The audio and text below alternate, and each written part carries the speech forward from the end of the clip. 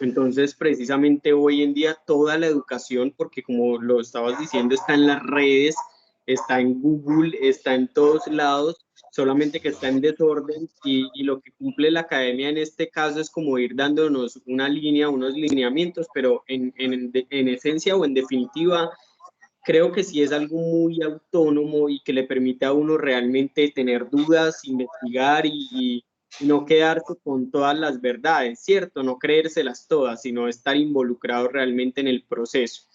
Y esto va muy a particularidad porque todos nos estamos formando en diferentes zonas del país y sabemos que aunque es una misma profesión, seguramente hay muchísimo que tiene que ver con la cultura y muchísimo que tiene que ver con las vivencias de cada comunidad, de cada zona, de cada territorio, y eso seguramente va a generar unos tintes también un poco distintos, ¿cierto? De acuerdo a donde se vaya uno a desenvolver en el área profesional. Entonces, muchas gracias, profe, por el aporte. Me parece súper bacana esa metodología.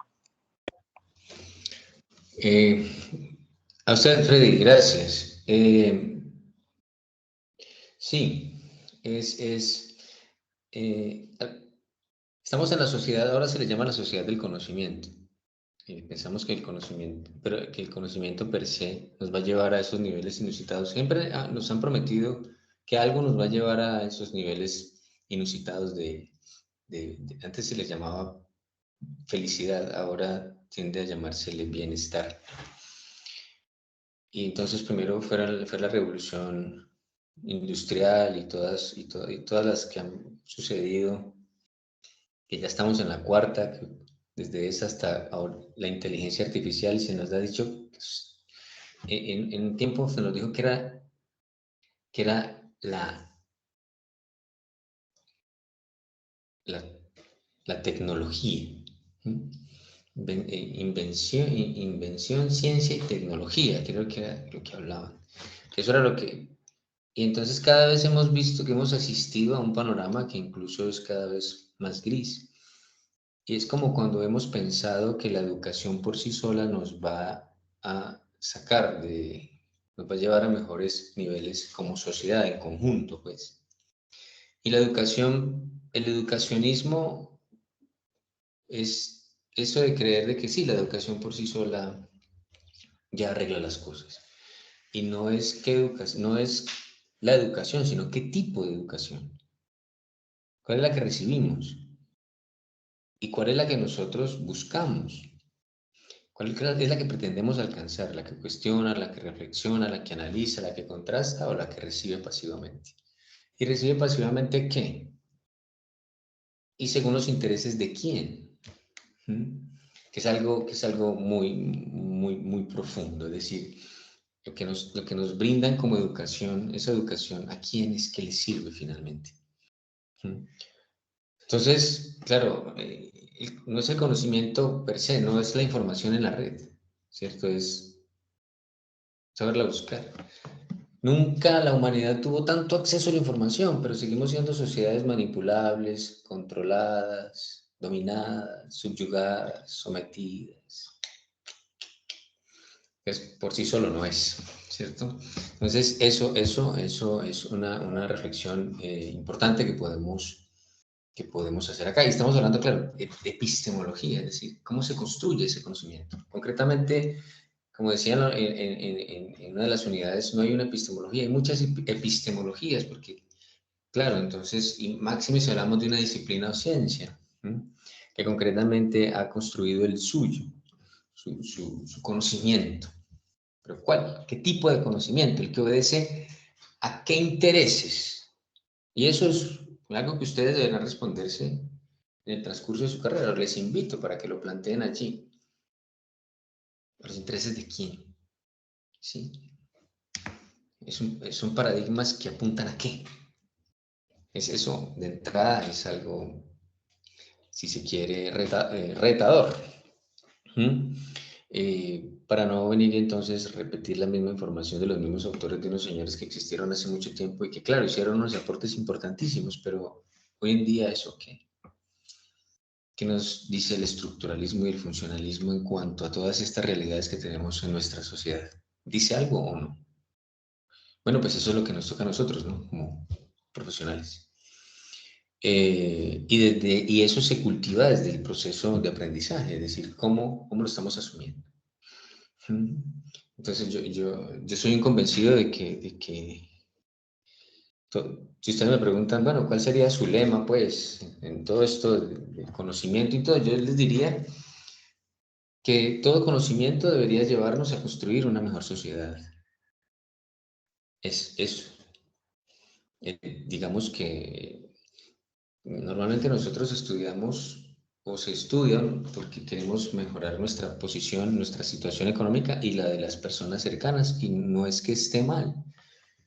Pero yo le digo a mis estudiantes de ética, porque en una de las instituciones enseño ética, yo les digo, pero, mm, pero nos quedamos cortos, porque tenemos conocimientos, habilidades, destrezas, herramientas que los que no han ido a una academia no pueden alcanzar, independientemente de que sea virtual, presencial, lo que sea. A mí cuando me preguntaban, bueno, ¿y usted qué piensa? Porque uno lo miran así como que, ¿cómo así? ¿Usted hizo un pregrado virtual? Pero bueno, aunque ya no, la pandemia volteó mucho eso, porque yo, por ejemplo, empecé la maestría presencial y la terminé media, y hice media, maestría virtual y terminé haciendo la otra media. Bueno, en fin, primero, así, bueno, usted no entiende. La mitad la hice virtual.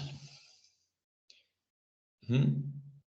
Y entonces, y ahora que todos los colegios pasaron a la virtualidad, bueno, a todos nos tocó así, entonces ya como que se empezó a mirar desde otra perspectiva, y las universidades quisieron empezar a pasar también, migraron. En este momento nosotros en la Universidad del Valle estamos virtual. Y eso es una locura porque son clases cada 8 días de 4 horas frente a un computador.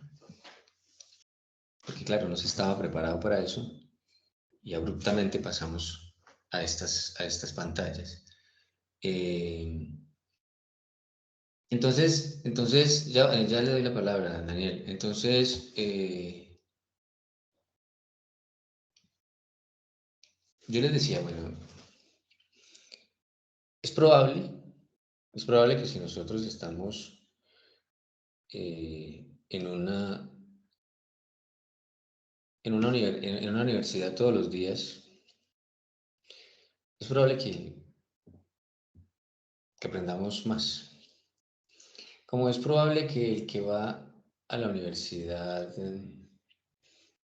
de los Andes, al mismo programa, aprenda más que el que estuvo también en el mismo horario en otra universidad. Como también es probable que el que fue a Harvard también sepa más. ¿Mm? Pero entonces la cuestión no es cuánto sabemos, es finalmente qué hacemos con ese conocimiento. Y es algo que se construye día a día. Un pregrado es una especie de untada de muchas cosas, que al final cuando se da uno cuenta qué es lo que quiere, hacia dónde quiere ir, en qué quiere estar, entonces se va por un campo laboral o se va por las especializaciones o posgrados que vaya a hacer, y ya eso va afianzando un conocimiento. Pero alguien que diga que por el mero pregrado ya quedó listo, realmente no. Claro, que cómo se lleva el proceso, seguramente este mismo, según cómo lo llevemos, lo aprovecharemos más o menos, pero no será determinante. Entonces, eso les cuento porque yo viví eso, y mis compañeros de aquel entonces se vivía como mucho esa presión. ¿Será que sí? ¿Será que se aprende? ¿Será que afuera? ¿Será que no sé qué? O sea, no, nada, sin complejos. Entonces, dependerá mucho, como digo, de cada uno, de cada una, porque ahorita gira en torno es al propio estudiante. Nosotros somos facilitadores, Esa es nuestro rol aquí. Entonces, Jorge y luego Deis. Adelante. Buenas noches a todos los compañeros del profesor.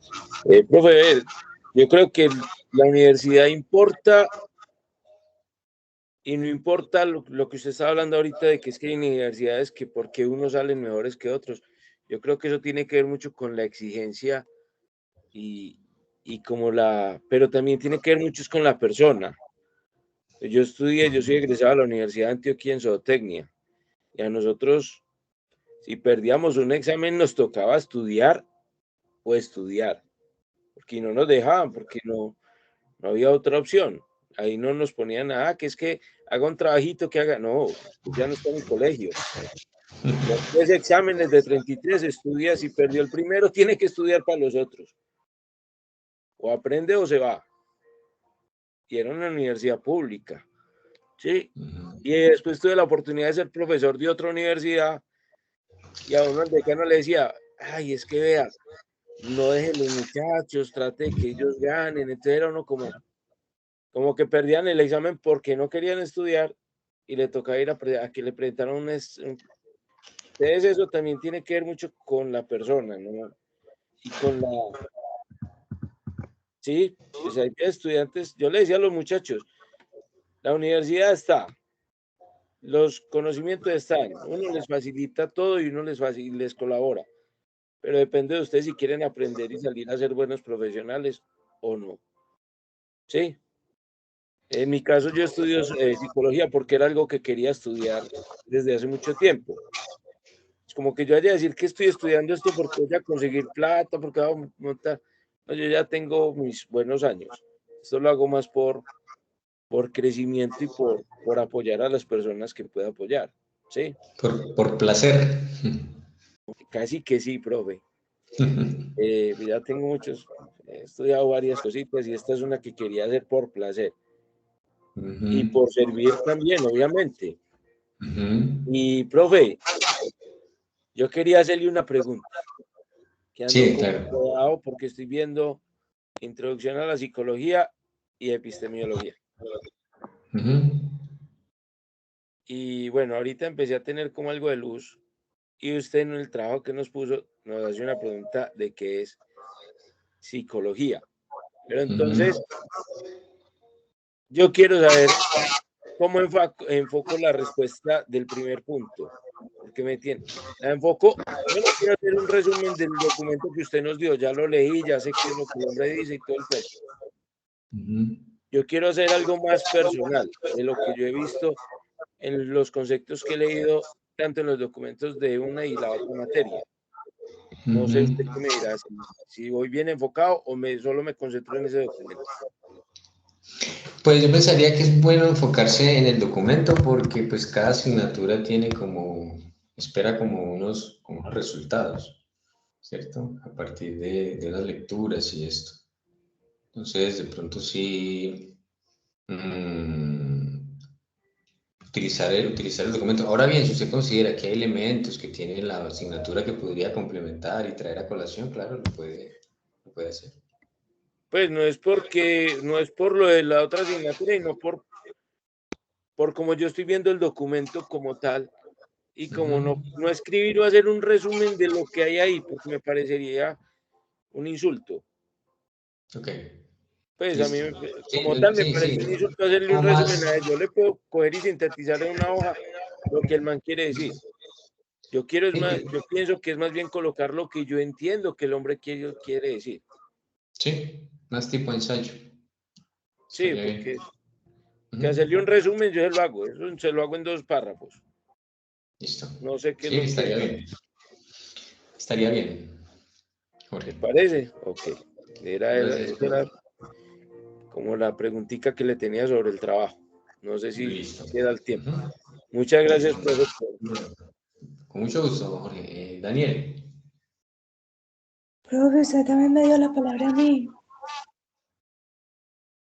¿A quién? No, pueden hablar, pueden hablar. Activar el micrófono y hablar. Porque es que los que yo veo aquí levantadas son las manos de Jorge y de Daniel. Pero Yo la sé vi que a la ya... bajada y la bajé apenas usted dijo que después de Jorge seguía yo. Adelante. Bueno, muy buenas noches para usted, profe, igual para todos mis compañeros. Mi nombre es Daisy, estoy estudiando trabajo social. Entonces, de pronto, profe, la invitación es para algunos cuantos que estamos en trabajo social, también nos tenga en cuenta con los aportes que usted hace. Volviendo Pero al tema, ustedes, sí, perdón que la interrumpa, pero ustedes tienen en el pensum de trabajo social esta asignatura. no, profe, la verdad son electivas y pues para mí era una de las que más se acoplaba pues como a mi carrera, porque había Sí. una de cooperativismo, o sea, otro tipo de cosas que eran más como enfocadas para mí a la administración que al mismo trabajo social. Ok, ok, ok, ok. Ya salió la primera, no salió la primera cohorte, ¿cierto? De trabajo social. Sí, Sí, ya salieron. sí, Los primeros profesionales en ese programa. sí, ya salieron. Ok. El año Sí, pasado creo. ¿en qué semestre están? Sexto. Ok, ok, gracias. Adelante, Daisy, que nos iba a Listo, decir profe. algo más. Entonces, acerca de lo que usted habla del conocimiento, para mí el conocimiento es ilimitado. ¿Por qué? Profe, usted puede estudiar su carrera, con mucho respeto, usted es psicólogo, tiene su maestría, pero, profe, ¿a usted no le parece que en ese caso usted es ignorante en otra ciencia, en matemáticas, en filosofía, en ese otro tipo de Claro, cosas? No. claro, Como claro, usted claro. decía, si ustedes son facilitadores de la información, uno en Internet encuentra cantidad de información, una muy valiosa, otra no tan valiosa. Yo creo que el desafío es aprender a investigar. De hecho, le cuento, pertenezco al semillero de trabajo social y nuestro proyecto está enfocado a la reconstrucción y la pedagogía de la memoria en niños, bueno, no, ya son adolescentes, de los grados sexto, séptimo y octavo. Qué bien. Enfocado en el municipio de Medellín, en la comuna 6. Entonces Excelente. ahí vamos pues como con esa reconstrucción, al igual que usted hablaba del posconflicto, cómo estas personas, esta adolescencia, cómo ha sufrido de una manera activa o pasiva la violencia, que no solo se vive en Antioquia, que no solo se vive en el Valle, en Bogotá, sino en toda Colombia en general. Así es. Entonces, qué chévere pues como la materia para quienes estamos en trabajo social, que usted también nos tenga un poquito en cuenta. Muchas gracias, profe. Bueno, a usted, Daisy, gracias. Sí, eso del conocimiento, pues ya Sócrates lo adelantaba, ¿no? Él decía, bueno, él hacía como una torta, un pastel y decía, una pequeñita porción de ese pastel es lo que sé que sé. La otra es la que sé que no sé. Y la porción más grande, casi toda la torta, era de lo que ni siquiera sé que no sé. Es, por tanto, su frase, solo sé que nada sé. Y claro, y entre más se profundiza el conocimiento, es más abrumador esa sensación de conocer tan poco. Y pues nos hemos inventado pues, no sé, estas estructuras de conocimiento que conocemos y que hemos recorrido de alguna manera, pero tampoco significa que sea el único conocimiento válido. Y es probable que cuando ustedes hagan su pasantía o vayan y si hacen trabajo de campo, hacen investigación, se van a dar cuenta que las personas probablemente pueden tener más conocimientos de los que ustedes creen que han adquirido en la academia, de una manera empírica o incluso intuitiva. ¿Sí? Entonces, ¿y por qué no, es que solo el conocimiento académico es el que importa, el que vale, y le hemos puesto así pues? Y no, y hay un conocimiento ancestral, hay unas tradiciones, hay unas cosas que están ahí, que son muy valiosas, pero que se ha occidentalizado tanto el tema pues, del conocimiento y se ha institucionalizado tanto que hemos caído como en eso. Gracias entonces, Daisy, por la intervención. No sé, creo que Daniel y Jaime.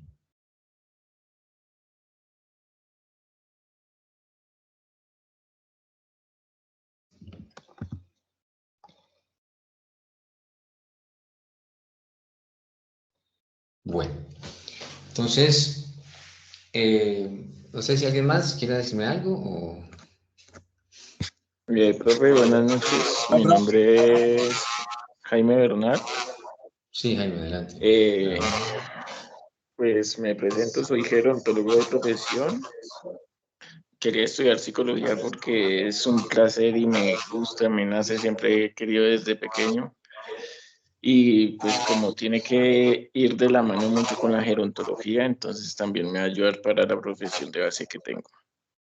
Entonces, pues primero que todo la epistemología, como lo dice su merced, pues es el buscar el origen, pero en sí no es una verdad absoluta, porque el conocimiento es muy grande, como lo decía Sócrates y Aristóteles también cuando habla de la teoría del conocimiento. Pero nosotros, como dice su merced, el mundo va cambiando y digamos una de las cosas que yo vi en unos artículos era que la epistemología es dinámica, que tiene diferentes estructuras y depende de lo que uno le vaya a apuntar a generar el conocimiento. Entonces, pues yo creo que esa es la riqueza de la epistemología, que no tiene como una estructura base, sino que uno puede mirar qué es lo que quiere o cómo quiere hacerlo. Exacto, muy bien. Gracias, Jaime. No sé, Daniel tiene la mano levantada, no sé si irá a intervenir. ¿O alguien más? Hola, disculpe por interrumpir. Muy buenas noches. Profe, Hola. ya basándonos en el tema y en la carrera, ¿cómo se desarrolla la epistemología dentro de la psicología y cómo funciona esto para dar una mejor función a la persona? ¿Me podría repetir? Es que no le alcancé a entender bien. ¿Cómo qué? ¿Cómo la epistemología Ya qué? en base al tema, ¿cómo se desarrolla la epistemología dentro de la carrera y cómo lo desarrolla el psicólogo dentro de su sociedad?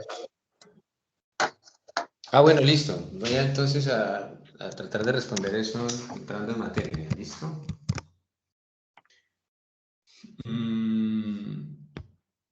Voy a plantearles un panorama general. ¿Me dicen si están viendo la pantalla, por favor, la diapositiva?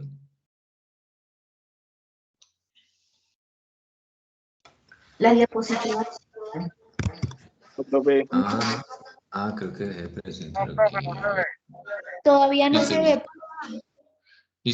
listo. Yo creo que aquí ya se debe ver. Disculpen, aparte también ya cómo ya su forma de trabajo, su forma de desarrollar los puntos en cuanto a la Listo. organización de su trabajo, enfocando un poquito más en eso. Bueno, vale. De los trabajos que hay que presentar.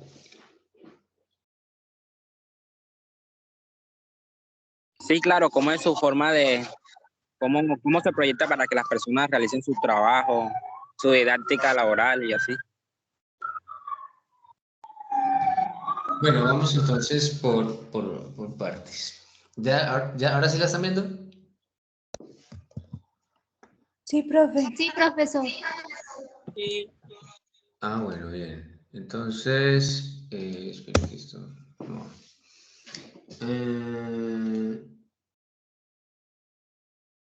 Entonces, podemos ubicar a grandes rasgos como tres momentos. Es importante aclarar que la psicología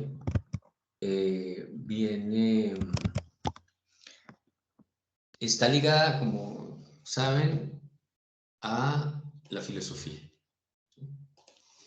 Entonces, hay un primer momento que tiene que ver pues, también con el inicio de la psicología, de la filosofía. Está ubicado más o menos, todo lo que yo ponga aquí, ustedes lo ven, ¿cierto? Porque estoy compartiendo mi pantalla, ¿no? Sí, profe, no podemos ver bien la diapositiva. Porque tiene otra cosita encima, como otro. Otra cosita encima, que yo miro a ver. Profe, ya espera, tiene yo voy a las compartir. Tiene las ventanas Yo en voy- pantalla. Yo voy a compartir toda la pantalla. A ver. Escritorio, ventana, toda la pantalla completa. Ustedes van a ver. Así me imagino que ven todo lo que yo ponga acá. Ahí, ¿cierto? Deben estar viendo. Sí, ahora sí. Ok, entonces voy a poner ahora esto. Ven aquí, ¿sí? Tengo una pantalla de Chrome abierta, ¿sí? Correcto, sí. Bueno, entonces la psicología tiene pues, que ver con los inicios de la filosofía y más o menos se ubica en el siglo V. Hay un filósofo que es muy conocido, que es Tales, Tales de Mileto. Entonces, ¿qué pasa? ¿Cuál es el aporte que este señor hace? Y es que pasamos del mito al logos. Es decir, antes nosotros, la humanidad pues explicaba las cosas a partir de los mitos, ¿sí? Los mitos fundacionales de los griegos, por ejemplo, que encontramos en las teogonías, ellos tenían un dios para todo y explicaban, por ejemplo, el origen del mundo, todo a partir de mitos. Entonces, imagínense ustedes al hombre primitivo tratando de explicar esos sonidos estruendosos en el cielo, ¿sí? Con esas ráfagas de luz incandescentes y que a veces caían en la tierra y partían árboles o mataban animales. Entonces, imagínense ustedes, sin toda la información que nosotros tenemos ahora, nosotros estuviéramos allá tratando de explicarnos eso. Pues entonces las explicaciones eran de tipo, debe haber alguien allá que está mandando los rayos, debe haber un ser superior, porque, ¿sí? Como ante esa infinidad de un universo tan inmenso y tener tan poca información, pues era la manera como lo explicábamos. Normalmente las culturas tienen un mito fundacional. Entonces, porque así se explicaban su permanencia, su estar en el mundo. Entonces, entonces ¿qué es lo que pasa por qué los inicios de la filosofía? Porque la filosofía se pregunta o a partir de Tales de Mileto, ¿de qué estamos hechos? Es una pregunta que hasta ese momento no se había realizado porque todo estaba volcado a mirar la cosmología, ¿sí? El cosmos y el universo. Y a partir de aquí hay una mirada, si se quiere, un poco más naturalista en torno a que las respuestas que se empiezan a dar, los que empezaban a ser filósofos en ese tiempo, era que el aire, que el fuego, ¿cuál era el arjé o principio? Sobre eso se preguntaron. Y entonces empezaron a poner el acento en la razón, en pensar, en tratar de explicar qué estaba pasando. Profe, discúlpeme. Sí. Pero si observamos bien los principios de la filosofía y de la psicología, se basan en los primeros términos, lo que es el agua, el manifiesto de todo, ¿no? El agua es el manifiesto de la vida, los gases, y a partir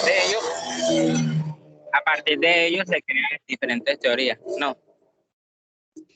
Sí, y hoy en día, pues fueron teorías primitivas, digamos que muy primigenias para lo que hoy en día ya sabemos de lo que es la naturaleza, la vida, todas estas cosas.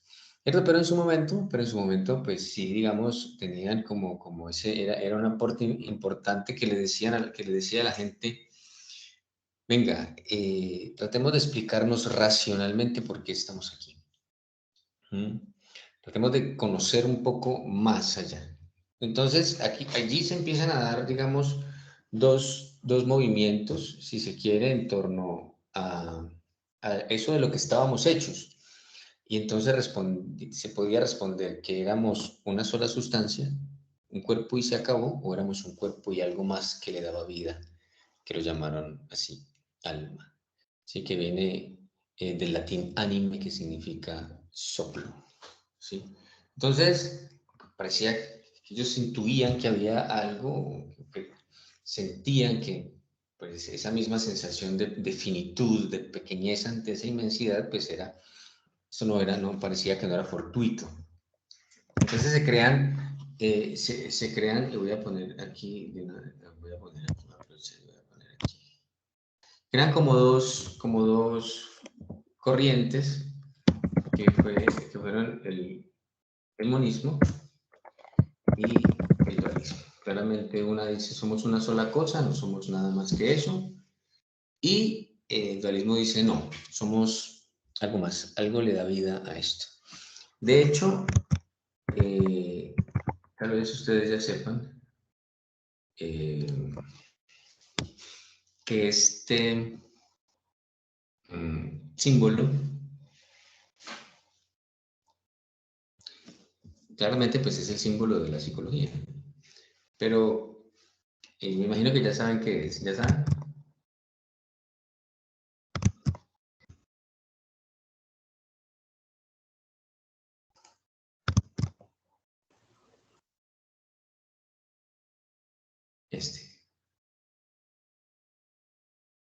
No. Bien. Esta es la 23ª letra del alfabeto griego y se escribe así, psique, con P, psique. Por eso, por favor, escríbanla con P, más allá de que la Real Academia de la Lengua haya dicho que se puede escribir sin P. Primero porque no obedece a su origen etimológico y segundo porque se ve terrible. Y porque incluso a veces se confunde con sociología. Entonces defiendan la palabra con la P, por favor. Y sí que efectivamente traduce alma.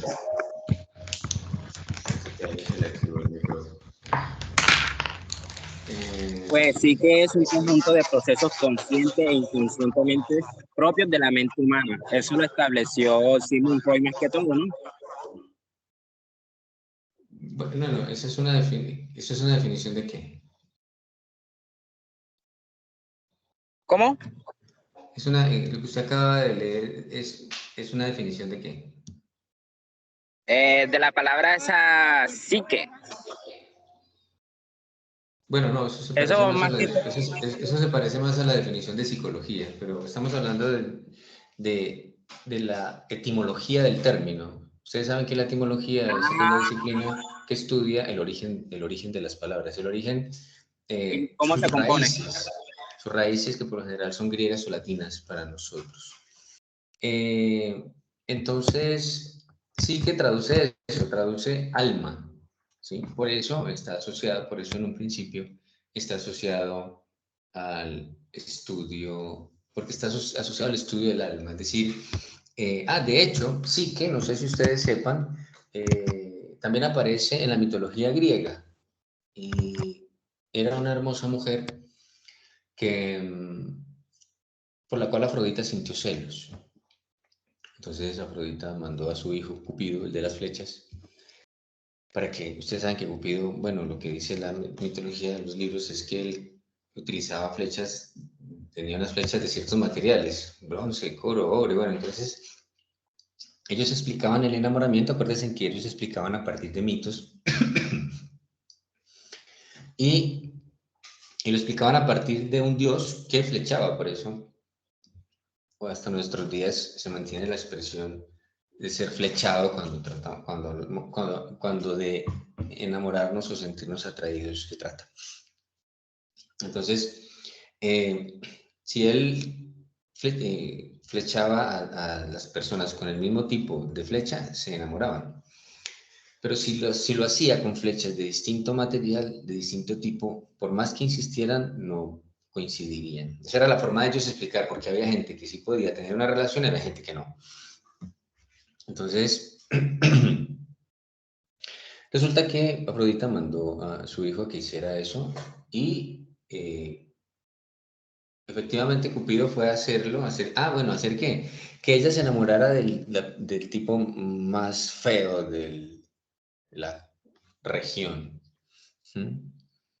Porque pues ella sentía celos por Psique, pues ya no estaba siendo venerada de la misma manera, pues los hombres estaban rendidos a sus encantos y se habían olvidado de adorar a Afrodita. Entonces, efectivamente Cupido fue a hacer eso y cuando desenvainó su arco y blandió su espada, ve su flecha, adivinen qué pasó. Cuando fue a cumplir el encargo. Adivinen. ¿Se enamoró de ella o qué? Sí. ¿Se enamoró de ella? Se ¿Qué pasó? enamoró Cupido. Se enamoró Cupido, imagínate. El enamorador se enamoró. Entonces, claro, como él tenía esa potestad, evidentemente hizo que ella se enamorara de él y se la llevó para su castillo. Pero allá, él no se dejaba ver. Él llegaba por las noches, yacía con ella, esa es la expresión que se utiliza en la mitología, yacer. Y entonces, pero ella no veía su rostro. Un día, Psique, un poco consternada por la ausencia de su familia, le pidió a Cupido que le permitiera visitar a sus hermanas, que las extrañaba mucho. Este estuvo de acuerdo y entonces ella fue. Y las hermanas, pues muy intrigadas por su nueva vida, le preguntaron por ese ardiente hombre que ahora le acompañaba. Entonces ella pues les contó que no sabía en sí quién era porque no había visto su rostro. Estas le dijeron que era muy extraño, que no se dejara ver, que seguramente era un tipo desagradable, algún tipo una especie de ogro que debía esconderse. A lo cual pues hizo que sí que dudara. Digamos que ahí podemos decir que según la mitología griega nacieron las cuñadas que siembran cizaña. Desde la mitología griega, pero es un mito, ¿no? Entonces, ella se fue para donde él y esa noche, cuando él estaba durmiendo, después de yacer con ella, prendió una vela, con la mala suerte de que una gota de parafina cayó en su rostro y despertándolo. Por tanto, entonces esto llenó de decepción a Cupido, pues no podía entender cómo ella había tenido la necesidad de descubrir su rostro cuando eran tan felices pese a lo demás.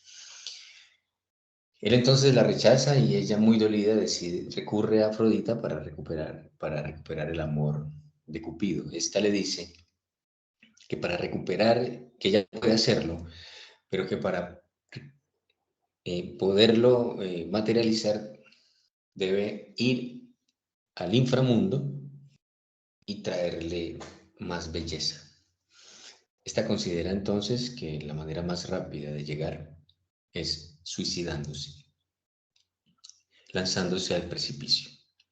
Y efectivamente decide lanzarse y adivinen qué pasa en ese momento. Cupido va a salvarla. Exacto. Cupido la toma. ¿Sí? Y no deja que se lance. Sí, porque él se enamoró. Exacto. Entonces, esa es Psique, de ahí viene. Y de todas maneras es llamativo que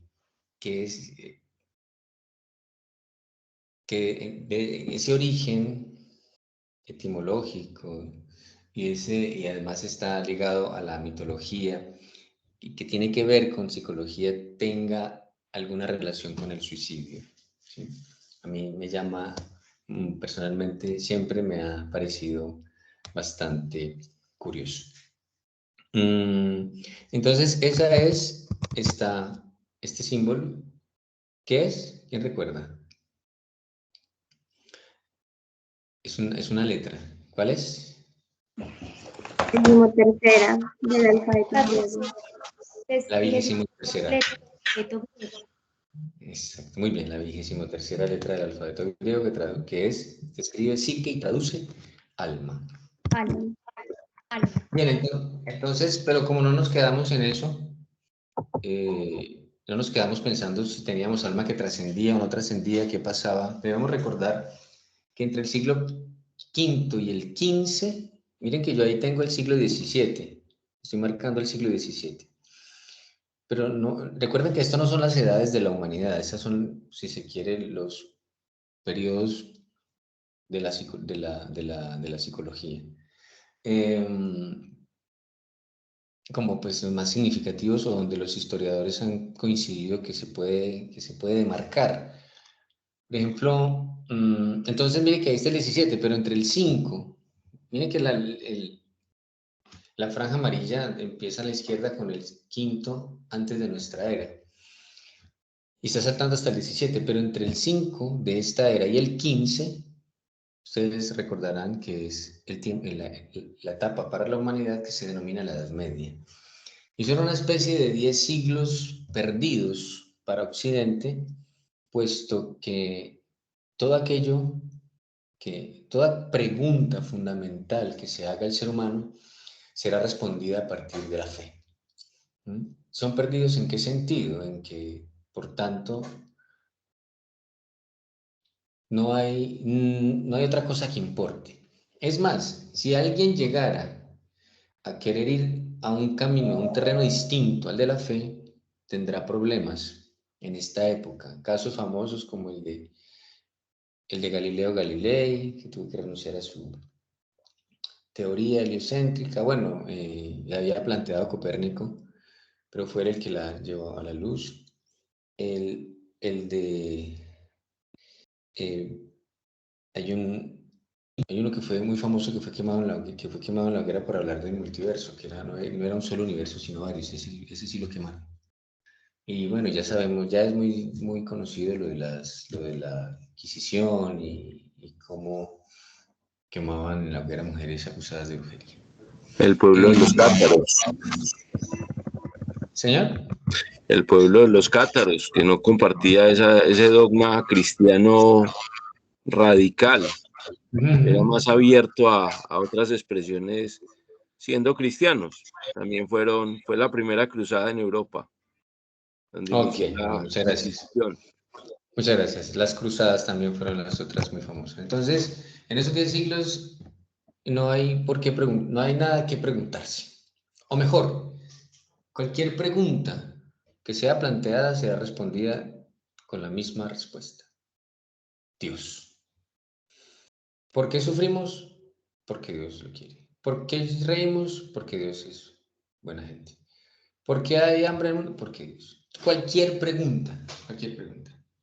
Eso empieza más o menos en el siglo, pues, cuando el Imperio Romano se viene abajo, no recuerdo si es el 476 o algo así, entonces hay una crisis porque los romanos dicen, bueno, si esto le pasó al pueblo romano, que somos la potencia del mundo, pues eso los pasó por habernos pasado a un solo Dios, de haber dejado de creer en muchos, de politeístas a monoteístas, entonces eso es lo que pasó, entonces aparece un señor que es San Agustín y dice, no, venga, yo les aclaro la cuestión es que esto no pasó por el Dios cristiano, eso pasó porque ustedes en su corazón ahí tienen mucha maldad.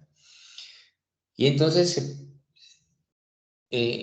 pues políticamente el cristianismo toma mucha fuerza, un papel muy importante en la sociedad y empieza a gobernar del lado de los poderosos. Y lo único el camino que plantea San Agustín es la fe, no más, no hay otro camino. En el siglo XII, pues ya aparece Santo Tomás y trata de equilibrar un poco la balanza hablando de la razón y que se podían combinar. Pero se marca hasta el siglo XV porque es a partir del XVI que empieza a haber distintos movimientos en la humanidad que marcan un cambio. Se le conoce como el Renacimiento. ¿Renacer de qué? Pues del ser humano. Ya Dios no sería el centro, sino que pasaría a ser el ser humano. Y entonces en el arte aparece el romanticismo y hay distintas expresiones. En la política, en la ética. Ya pasamos a la edad moderna. Cada uno, en la política Maquiavelo, en la ética Kant, dándole esa visión, ese matiz de modernidad. ¿Cuál era el matiz de modernidad? Pues que ya era el ser humano el que tomaba el protagonismo. Y en filosofía lo hace René Descartes, o Descartes para los más puristas. ¿Qué hace Descartes? Pues coloca también a ese ser humano en el centro. Dice, pero no cualquier ser humano, sino un ser humano que piensa, que razona, ¿sí? Es el padre del racionalismo. Y dice, bueno, cambia el acento, ¿por qué? Porque ya no es el objeto conocido, sino el sujeto que conoce. Y eso pues a nosotros nos puede parecer como una cosa como muy elemental, ¿no? Pues, como así. Pero pone ese énfasis desde la filosofía en el ser humano, y entonces qué piensa y cómo piensa y de qué manera asimila el conocimiento y cómo lo racionaliza, lo procesa, y entonces eso ya abre unos campos bien interesantes en torno a de qué manera es que lo hace. Entonces por eso allí podemos hablar de una psicología, si se quiere, filosófica, o de la mente. De hecho, Descartes ubica la actividad de la mente en la glándula pineal, ¿cierto? Podría decirse que fue el precursor de las neurociencias, aunque no ahondó en el campo como tal, pero sí intuitivamente planteó que era muy probable que todo eso pasaba en el cerebro. Entonces, allí continúa la discusión de que somos una sola sustancia, pero que somos dos, pero que entonces, ¿qué pasa? Que trascendemos, que no trascendemos. Aparecen autores importantes, pero lo que nos atañe o lo que nos tiene hoy aquí es que a mediados del siglo XIX, este señor que está ahí en la foto, hace que aparezca la psicología experimental. Y ya hablamos de una psicología de la conciencia, de los fenómenos de la conciencia. Este señor se escribe Wilhelm Wundt. Normalmente la pronunciación de la W en alemán es V, por tanto.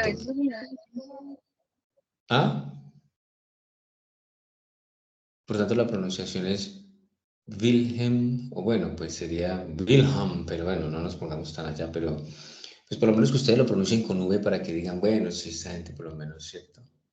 Les explicaron por allá cuando estaban empezando cómo me pronunciaba, ¿sí? ¿Y el apellido cómo sería? Si es así.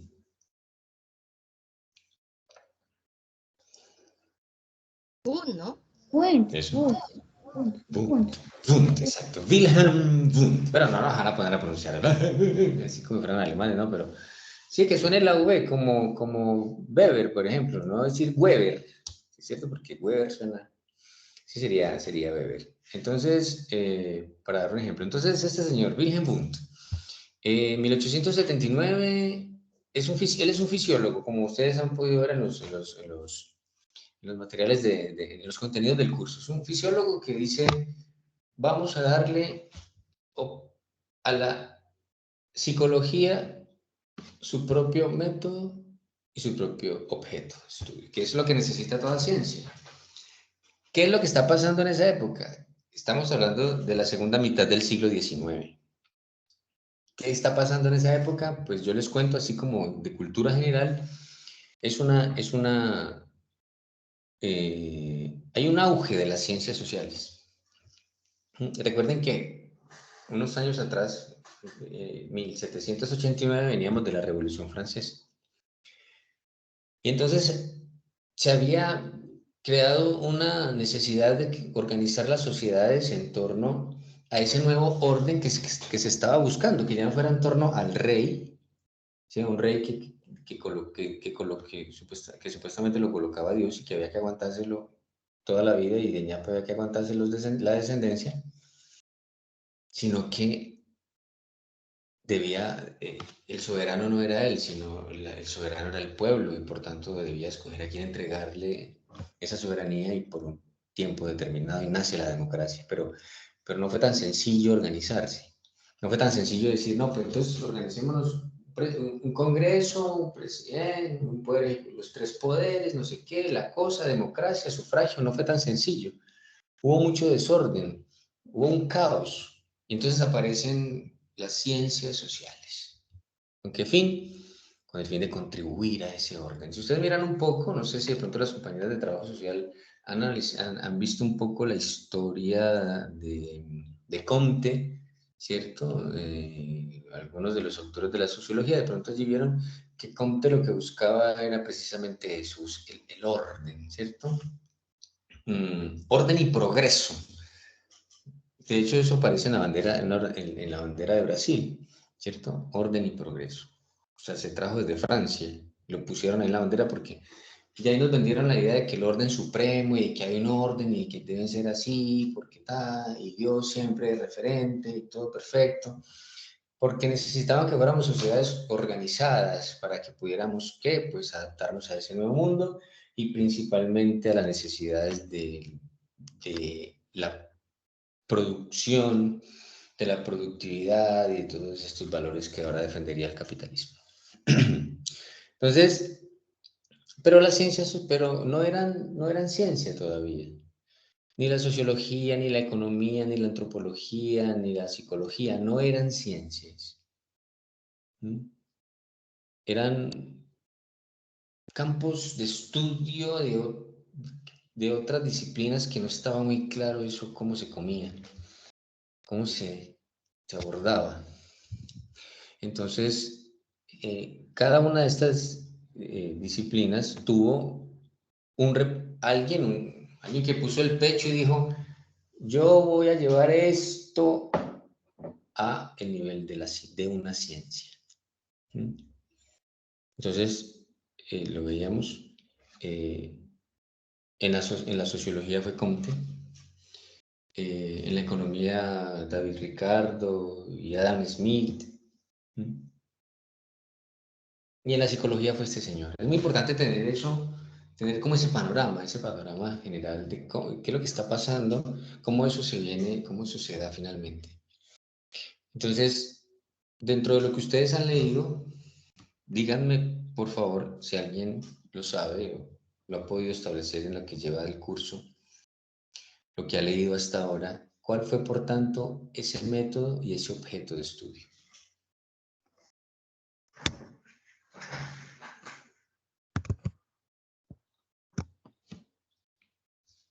¿Quién de pronto?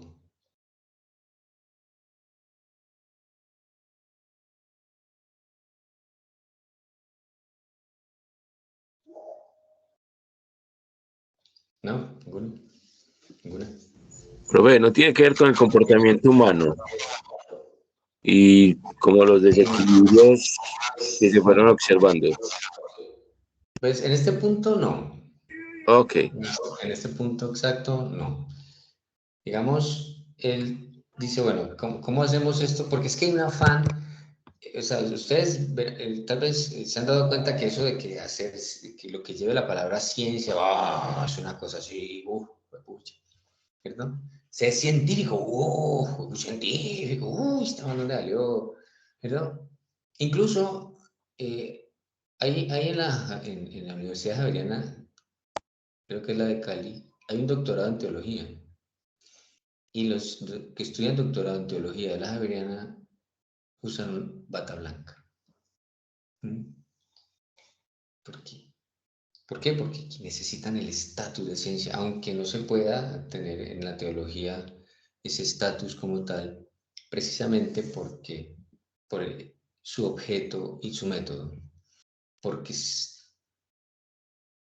no puede ser experimental algo que no se ve, no se siente, no se escucha, no se puede tocar, medir, pesar, no se puede.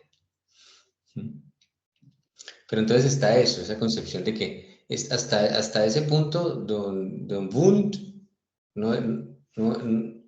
don Wundt es el padre de la psicología porque fue el primer psicólogo y él se autodenominó el primer psicólogo. Pues no dijo yo soy el primer psicólogo, pero yo soy. ¿Sí? Nace a partir de ahora un campo específico de estudio científico, bueno, experimental. ¿Por qué? ¿Por qué don Wundt? Ah, porque tenemos método y objeto. Entonces, bravo, don Wundt. Él era fisiólogo. Claro, le imprime ese método que traía la fisiología, que es el de las ciencias naturales, que era el imperante, que era el de la física clásica, la de Newton. ¿Sí? Entonces, había que instaurarlo, había que mirar cómo se hacía. Pues si lo hizo Comte en lo social, pues habría marcado un camino para cualquiera, o para muchos por lo menos. Entonces, eso es muy importante que desde ahora ojalá se lo lleven para el resto de sus días. Porque ¿qué objeto y qué método? Entonces, si darle objeto y método fue lo que hizo la psicología como ciencia, ¿cuál fue ese objeto y ese método? Profe, Profe, el las objeto no emociones, sería... hablando de la parte fisiológica, lo que tiene que ver con las emociones. Profe, qué pena. ¿No sería el comportamiento de los seres humanos el No, objeto? no, el comportamiento fue más adelante, o sea, la conducta. Profe, Como el con, sentir, con lo que tiene que ver con las emociones. Como con la fe, el alma. Del No, sentir. recuerden que ahí ya estamos en el plano de la conciencia, ¿cierto? El alma ya es un concepto que ya quedó como atrás y ya no se aborda como interés o como concepto. Y entonces ya... O sea que aquí podría caber como el concepto de la razón. Pero ahí la razón está más como asociada como a Descartes y a ese tema del racionalismo. Y aquí ya estamos más en el tema de la conciencia, es decir, el objeto, Entonces, la psiquis. el objeto era la conciencia. ¿Listo? El objeto era la conciencia y el profe, método... el método no es a través del método científico y el objeto es a través de la mente. Por eso no, Profesor. el objeto es la conciencia. ¿Sí? Y el método no es conocerse hacia adentro, saber sobre... Sí, ¿y cómo se le llama a conocerse hacia adentro? Las emociones. Introspección o La introspección. adentrarse, introspección, Introspección, adentrarse, ¿no? no, introspección. Es introspección, esa es la palabra. ¿Sí?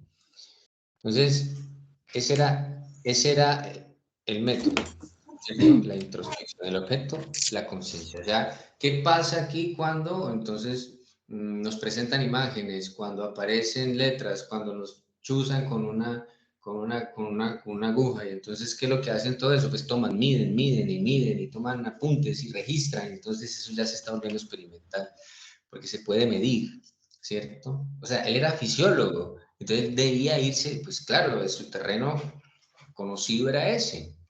Es por eso se va por ahí, ¿cierto? ¿Cómo? La aplicación de estímulos, supongo que sería... Sí, exacto. Entonces, en eso se enfoca principalmente y entonces establece tiempos de respuesta y bueno, y empieza a plantear algunas hipótesis y bueno, y estas cosas. Entonces, ahí nace y eso hace entonces que teniendo un laboratorio, que teniendo, entonces ya cumplió con eso, se lo presenta al mundo del conocimiento y entonces de distintas partes van a decir, van a mostrar interés, y van a querer ir y conocer, y van a decir, hombre, qué bueno eso. Pero recuerden que hasta ese momento no habían psicólogos. Es decir, que van a empezar a llegar de distintas áreas del conocimiento. ¿A qué? Pues a investigar, a generar conocimiento. Entonces aquí pues traje algunos, no están todos, claramente, pero entonces es para que esto lo ubiquemos. Estoy viendo el agua. ¿Ah? ¿Estás viendo? Bueno, que le apaguen, que le apaguen. Entonces, Qué pena, se me prendió. no, tranquilo. Entonces, aparecen ya, y esto ustedes ya lo deben tener porque lo hicieron, porque hace parte de la primera actividad. Entonces, ¿cuáles fueron? Aquí aparecen, entonces, esos enfoques o escuelas o teorías que nutren ese nuevo campo, esa nueva ciencia, si se quiere, que es la psicología, ya con un campo específico, con un objeto y un método. Pero entonces no fue tan sencillo ponerlos de acuerdo, ¿sí?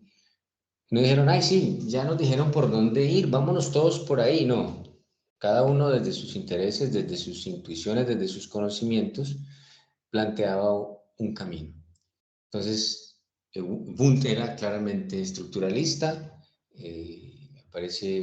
y en un principio la psicología fue estructuralista y funcionalista, ¿sí? El funcionalismo, si hablamos de la estructura, entonces, ¿cómo está compuesto? ¿Qué partes del cerebro intervienen y de qué manera? El funcionalismo está más en relación con, como su nombre lo indica, las funciones que cumple y cómo se adapta. Digamos que estas escuelas hicieron su aporte, pero cuando desaparecieron sus principales exponentes, desaparecieron. Entonces, luego aparecen, por citar algunos, aparece Skinner con el conductismo y dice, no, venga.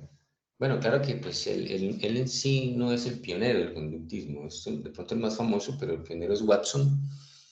Pero hay otro que se robó más la fama, que fue Pavlov. Ustedes cuando vean eso más a profundidad en las otras asignaturas, yo les estoy como dando como una introducción somera, que lo que busca es un panorama general. Entonces aquí el conductismo dice, no, lo único que verdaderamente vale la pena estudiar, ahorita que somos una nueva ciencia, y para que a esto le demos un verdadero estatus y seamos respetados en el tema del conocimiento y la ciencia, vámonos por la conducta. ¿Por qué? Porque la conducta es lo único observable. Ya. Entonces ustedes podrían medir cuántas veces yo he levantado la mano, cuántas palabras he dicho, cuántas veces me he acomodado las gafas, cuántas veces me he inclinado hacia atrás, cuántas veces, eso se puede medir, eso es la conducta. Eso es medible, dijeron ellos, trabajemos entonces sobre la conducta, y ahí es donde sí entra el tema del comportamiento, la conducta, que es una escuela que tuvo muchísima fuerza porque encontró utilidad, aplicaciones prácticas en la vida. Entonces ahí tenemos el famoso condicionamiento clásico y el operante, donde se descubre cómo a través de estímulos podemos ser condicionados. El clásico es el de Pavlov, a través de los perros. De pronto lo han leído o han escuchado, que con una campanita, entonces los llamaba y ellos salivaban y recibían el alimento. Ya luego, sin el alimento y con el sonido de la campana, de todas maneras salivaban, y ahí dijo, están condicionados. Y entonces eso tuvo aplicaciones prácticas, por ejemplo, en el efecto placebo, ¿sí? Que tal vez lo han escuchado, y es que han hecho grupos de control donde a uno le dan el medicamento con todos los componentes químicos que tiene, y hay otro grupo que le dan una pasta sola con harina de trigo y le dicen que es la misma pasta que le están dando al otro y que es la última pasta. Y resulta que con el tiempo los que se están tomando la pasta con harina de trigo refieren que han tenido unas mejorías considerables, ¿cierto? Entonces, Pero ya Skinner lo lleva a otro nivel y dice, no, venga, vamos a hacer esto. Entonces él empieza a trabajar con palomas y con varios tipos de animales, pero las palomas son las más famosas, donde él las hace que aprendan a dónde picotear para obtener el alimento. Y esto es revolucionario, muy revolucionario, porque entonces si eso se puede hacer con palomas, ¿qué fue lo que hizo? Lograr que aprendieran una conducta y se quedaran ellas. Entonces dijeron, hagamos lo mismo hagamos lo mismo entonces con los seres humanos, en las personas, en sus diferentes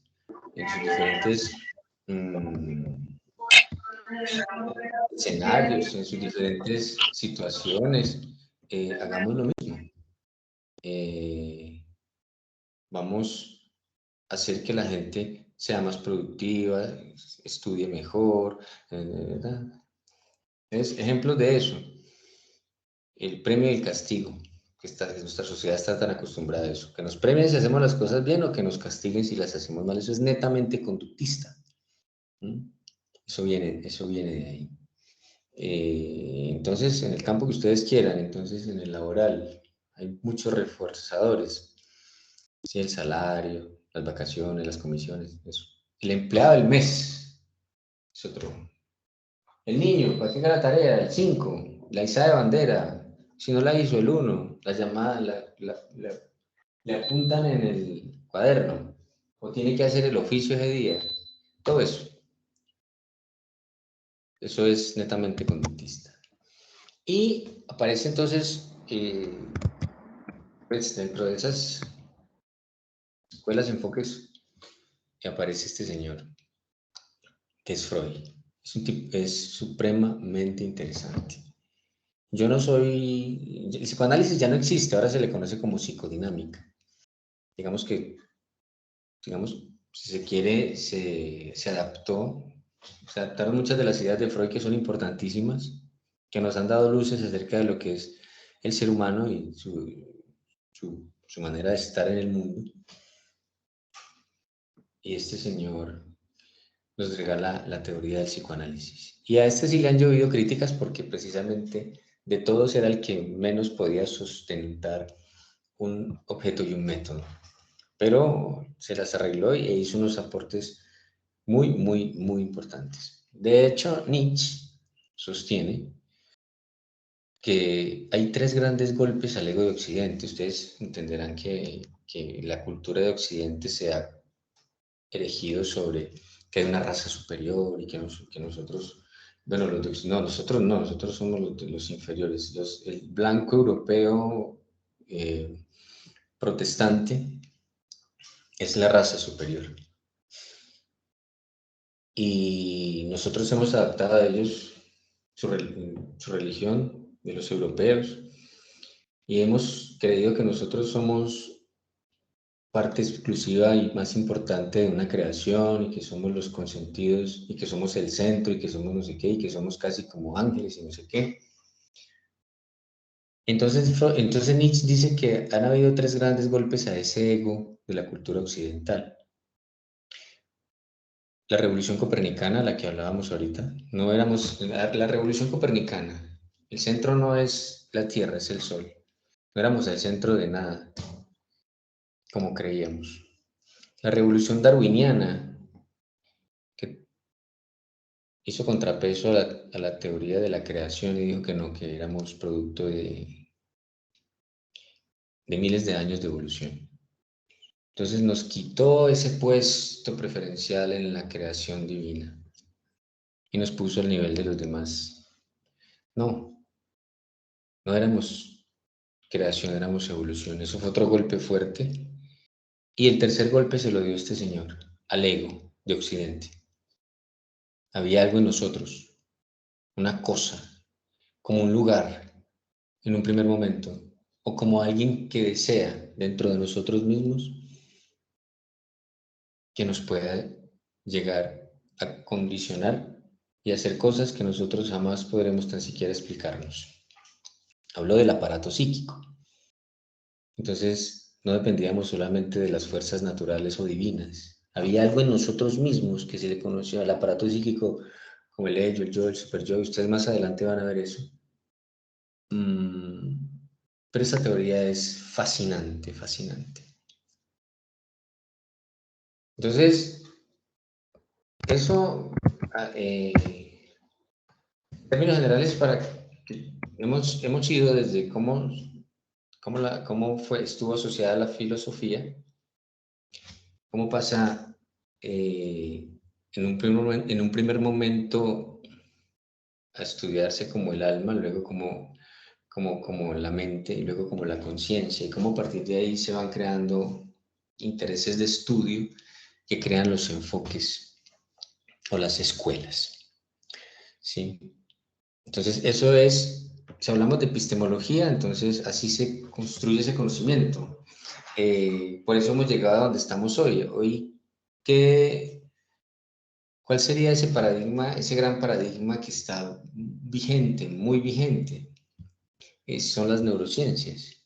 Ahora es el estudio del cerebro, y con todo este avance que se ha podido tener desde las resonancias magnéticas nucleares que se pueden hacer y mirar ese cerebro, el cerebro a un detalle realmente asombroso, pues entonces ya es es donde nos encontramos. Pero eso ha sido un camino largo, como acaban de ver, muy largo. La historia de la psicología es una cosa complejísima, de demasiados enfoques, intereses, contradicciones, logros, fracasos, de historias realmente asombrosas, otras muy tristes, de todos aquellos que han puesto parte de su conocimiento y su vida la pusieron para que hoy ustedes y yo tengamos esta posibilidad y seamos estudiantes de psicología, y próximamente tengamos en una puntilla del cuarto de la casa, si todavía hacen eso, un título con nuestro nombre que diga psicólogo, psicóloga. Profe, se podría Sí.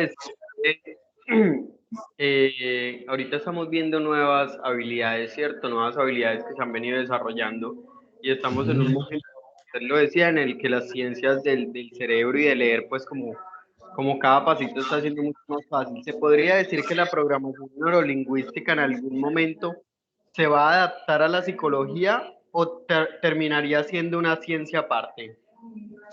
Bueno, sobre la neurolingüística hay una discusión, y es que todavía no tiene cómo ser como tal una ciencia por lo mismo, porque su método y objeto no son muy claros. Ahora sí, es claro que es a partir de reprogramar el cerebro a partir de unas cosas específicas y digamos que la neurolingüística ha sido sobrevalorada, ha sido llevada incluso a los estrados judiciales como para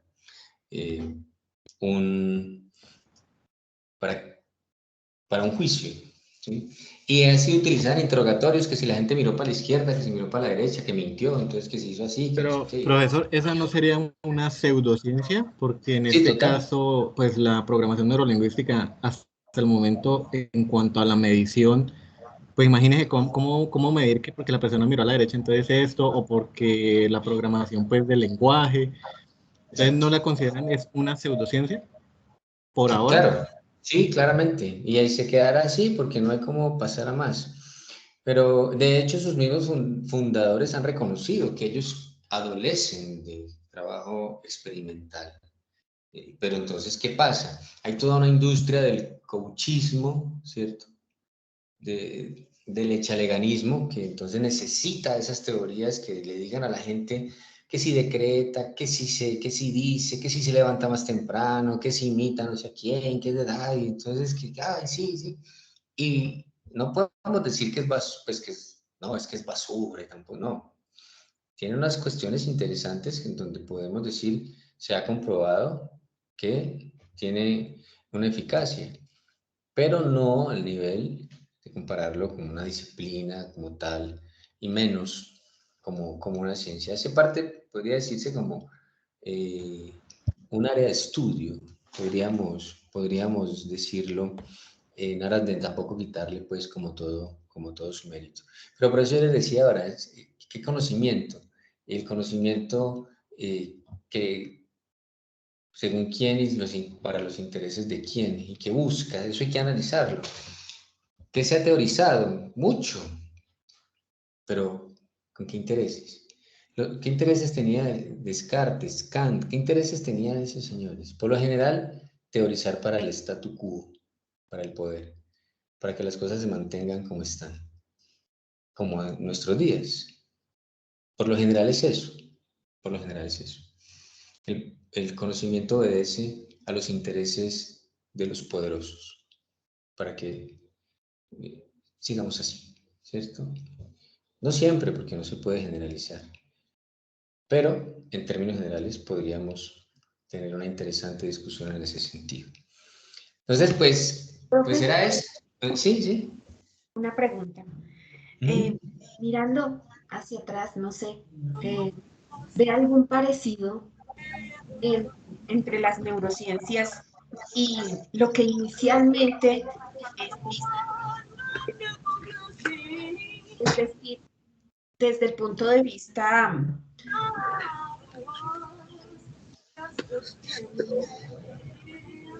tiene el micrófono abierto? Jorge, please. Gracias. Gracias. Le decía que si se parece en algo desde el punto de vista, pues digamos, las neurociencias y el estructuralismo, desde qué punto de vista, que busca que de alguna manera, por medio del estudio del cuerpo anatómicamente hablando, explicar el comportamiento. No sé, con algo similar, que lo que ahorita estamos buscando es como explicar tantas cosas que se habla en teoría y algunas veces pues a partir del empirismo, pero que se observa sobre el cerebro humano claramente. Entonces, en su momento, pues, Wundt lo que quería era algo así, ¿no? Con su laboratorio. Claro, claro. Así, claro, Joana, esa analogía es totalmente válida. Sí, de alguna manera podría ser una especie de precursor, ¿cierto? Y pues si él hubiera tenido esa tecnología que tenemos hoy en día, pues hubiera sido inmensamente feliz seguramente, por su formación como fisiólogo. Muy bien. Sí, estaría como un niño en dulcería. Como Piojo en la corona. Bueno, y la otra pregunta que tiene que ver con la psicodinámica. ¿Cómo es la psicodinámica? ¿Qué relación con el psicoanálisis? ¿Por qué es diferente? ¿Qué cambió? Bueno, porque es que el psicoanálisis, digamos que era un proceso como tal, hacer psicoanálisis era un proceso muy largo, de años. Y pues los resultados que se alcanzaban eran muy lentos y demoraban mucho en el tiempo. Además, el psicoanálisis está asociado en sus inicios con la hipnosis, y pues ya sobre la hipnosis aparece un tema ético. Bueno, eso de alguna manera sigue teniendo una validez. O sea, digamos que una escuela posterior, ¿sí? La propia hija de Freud, Ana Freud, Melanie Klein, hay unos que dijeron, bueno, hay unas cosas aquí muy buenas y vamos a seguirlas desarrollando. Entonces empezaron a depurar, porque mucho, como les digo, de lo que hay en la literatura del psicoanálisis original puro, pues digamos que ya no encontraba como un asidero para que fuera un campo de la psicología o que tuviera como una aplicación. Entonces, es eso. Hoy en día se puede seguir haciendo ese proceso de psicoanalizarse. No se necesita ser psicólogo. Alguien podría, digamos, interesarse por eso e ir a los postulados originales y tratar de hacer esos procesos. Hay gente que lo hace, hay psicólogos que lo hacen, pero es de años los que lo han hecho. Dicen que es una cosa larga y que es una cosa que revuelve pues por allá unas vainas, porque todo está muy asociado a lo que queda por allá guardado y que, ¿cierto? Y que va emergiendo y que a veces es una cosa que por algo está guardada y por algo se queda quieta, ¿no? Entonces, pero hay para todos. La psicología es hermosa por eso, porque hay para todos. ¿Qué les gusta? Entonces, lo que ustedes me digan, ay, a mí me gusta que mejorar las relaciones laborales, Tina, y tiene su campo, ay, no, a mí me gusta, entonces la salud, ahí tiene su campo, ay, a mí me gusta, bueno, dicho, lo que les guste. Prácticamente la psicología tiene cómo desarrollarse. Eso es hermoso de esta carrera. Aparte de, claro, porque es que está como muy enmarcado lo clínico, casi. Si hiciéramos una encuesta de por qué escogen los estudiantes psicología, la mayoría piensan en el consultorio, ¿cierto? Y cuando dicen en ayudar, piensan en que están normalmente sentados frente a alguien ayudándole en sus problemas. Pero no, los campos son una cosa impresionante. Y eso va en la actividad que sigue, que ya se la subí, y es que complementemos. Ahora cojamos los enfoques que ya tienen en la primera actividad, le sumemos los paradigmas y los campos de aplicación. Entonces habremos hecho un recorrido por la epistemología, desde cómo se crea el conocimiento, cómo se produce a partir de investigarlo, cómo se enfoca desde cada una de sus áreas y al final cómo se aplica, ¿cierto? Entonces, que ahí ya se los dejé en la plataforma. Si alguien de pronto alguien había descargado ya la actividad 2 antes de esta reunión, le pido que la vuelva a descargar. Yo de todas maneras, porque me ha faltado una parte que era lo de poner en la rúbrica la parte de los campos de la psicología. Entonces hacemos paradigmas, teorías, enfoques o escuelas y campos. Con eso tenemos ya ese panorama general. Que en adelante, cuando vengan las otras asignaturas, los demás, su formación como psicólogos y psicólogas, pues será muy útil. No sé si tengan algún comentario o pregunta. ¿Cómo les ha parecido hasta aquí? ¿Ha sido clara la información? ¿Sienten que sí? Que es... Profe. ¿Qué piensan? Profe, yo tengo una pregunta. Sí. Entre todo lo que usted nos ha explicado, ¿ha habido alguna influencia de los países de Oriente, China, Asia, India, Japón, en algo de esto? Esa es una muy buena pregunta. ¿Todo ha sido muy europeo, americano? No. Lo más hacia allá ha sido la reflexología soviética. Lo más hacia allá, hacia esas zonas. Del resto ha sido muy Alemania y principalmente Estados Unidos. Muy hacia esos lados, no.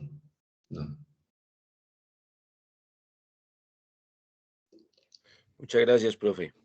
Sí, lo que no quiere decir que Profe, no pueda pasar, ¿no? Que algún erudito quiera y empiece a implementar y podamos más adelante tener aportes orientales 1 en los pensum o algo así.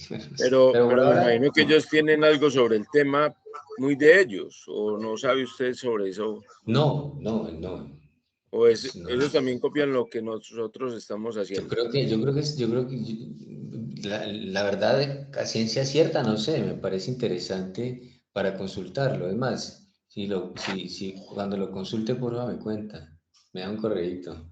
Yo sí hice una vez una consulta sobre eso y ellos sí estudian psicología con la metodología occidental. Lo único Bueno, que yo tengo como pensamientos de la época milenaria china y eso, sobre el arte de la guerra y eso, pero que ellos tengan una filosofía, una psicología como método o como línea de estudio, no han desarrollado todavía. Ok, gracias. Sí, y me imagino que también defenderán más los valores de la sociedad, del trabajo en equipo. Aquí somos más tirados a lo individualista, al Además, Asia sigue puesto. siendo países politeístas en su gran parte. ¿Cómo?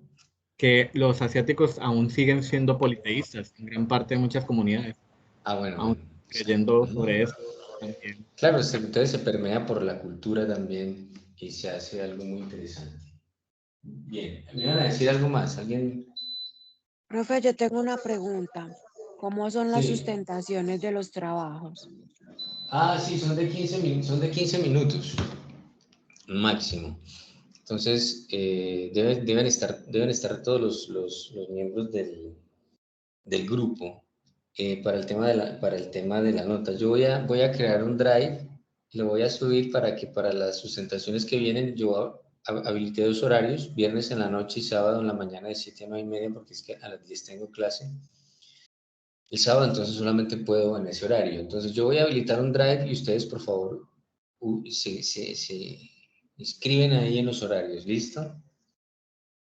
Profesor, yo sí tengo una pregunta sobre los grupos. Sí. En el aula, en la parte de cuando uno ya se introduce dentro de la materia, hay una parte que dice personas y ahí se crean los grupos.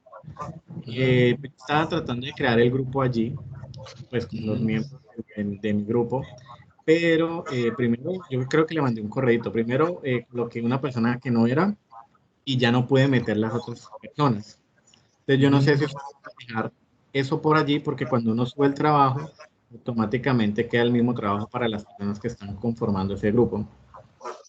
Ah, ok. Entonces no sé si esa parte, porque pues ahí hay varios grupos creados. No sé si serán de este curso actual o no. Profe, Sí, yo tengo una duda. lo más probable es que sí. Entonces déjenme, yo entonces reviso y le respondo por el correo, ¿listo? Profe, a mí me queda una duda porque es que yo en las primeras semanas enviamos un correo a la otra profesora indicándole sobre el grupo. O sea que el correo debemos volvérselo a enviar, pero a usted.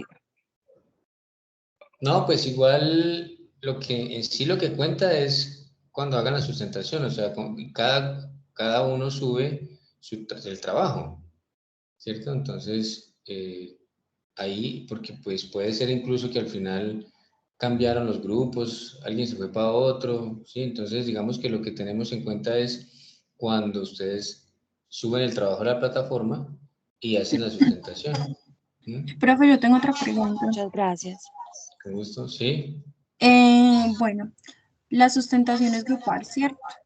Y bueno, aquí en el calendario me aparece como una fecha estipulada para la sustentación grupal del primer trabajo. Pero entonces tú nos estás diciendo que vas a crear un drive con 2 horarios, ¿cierto? Viernes en la noche, sábado en la mañana.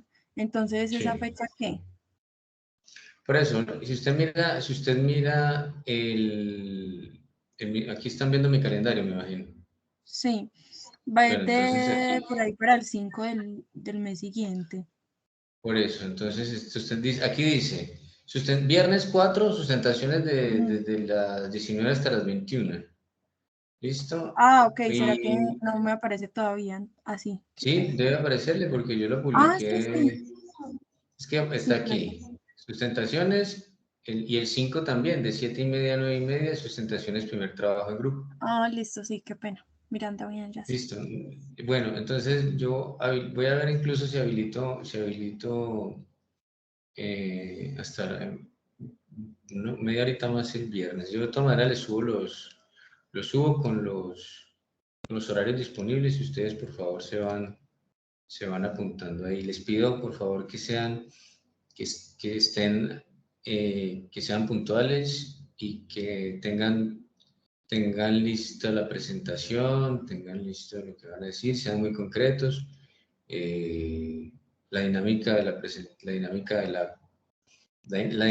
la presentación es desarrollar los puntos muy concisos que encontraron, que aprendieron, cuáles fueron que se les hizo más complejo. Todavía, al final, lo que más interesa aquí es cuál es el aprendizaje, ¿cierto? Que haya sido asimilado. Entonces, si ustedes si utilizan una presentación como recurso, pues que sería lo ideal que esté dentro de 10 minutos y nos dejen 5 minutos para que conversemos, para preguntas o para comentarios. ¿Listo?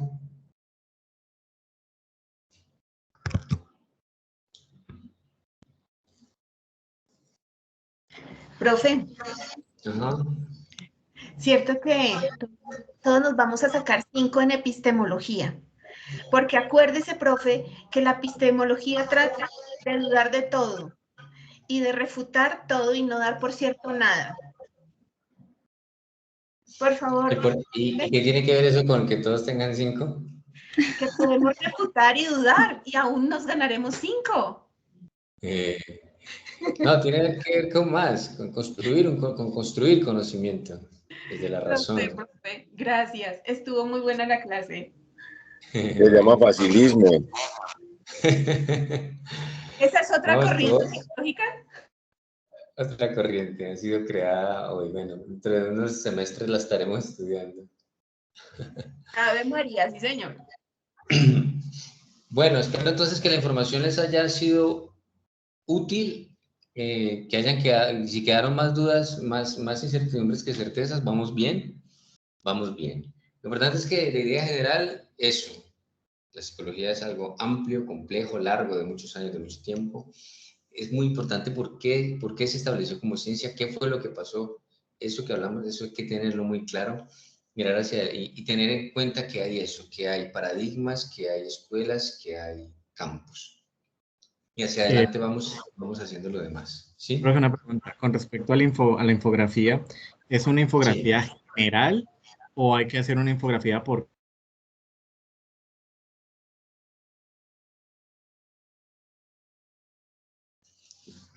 ¿Aló? Se me va. ¿Aló?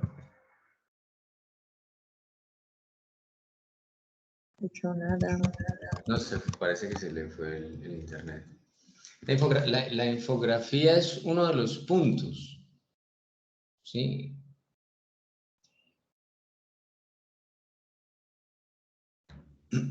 Ese mar es el segundo. Una pregunta. Ahí en el primer punto dice que se debe hacer un documento de una página, ¿cierto? En donde uno contesta el tema, la primera parte de la actividad 1, del primer punto. Pero luego debemos hablar acerca de un texto que ahí nos dan, ¿cierto? Sobre la ciencia. Y ¿eso se puede extender a 2 páginas entre las 2 cosas o tiene que resumirse? No, en una. Ese primer punto invita a que se haga en una misma hoja por el tema. De pronto, el compañero lo decía, no es tanto un resumen, ¿cierto? Sino como un análisis del texto, ¿cierto? Entonces, sí, como una idea, como una especie de idea principal que se desarrolla con un párrafo complementario en cada una de las lecturas y entonces nos puede dar la página. Es muy importante también ir desarrollando esa capacidad de síntesis, ¿cierto?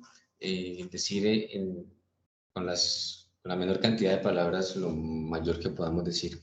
Se va a dar mucho en las sustentaciones que ustedes hagan hacia adelante de sus tesis, de sus trabajos de grado. Entonces ustedes van a investigar años, van a estudiar años y les van a dar 15 minutos para que hable de qué fue lo que al final encontró.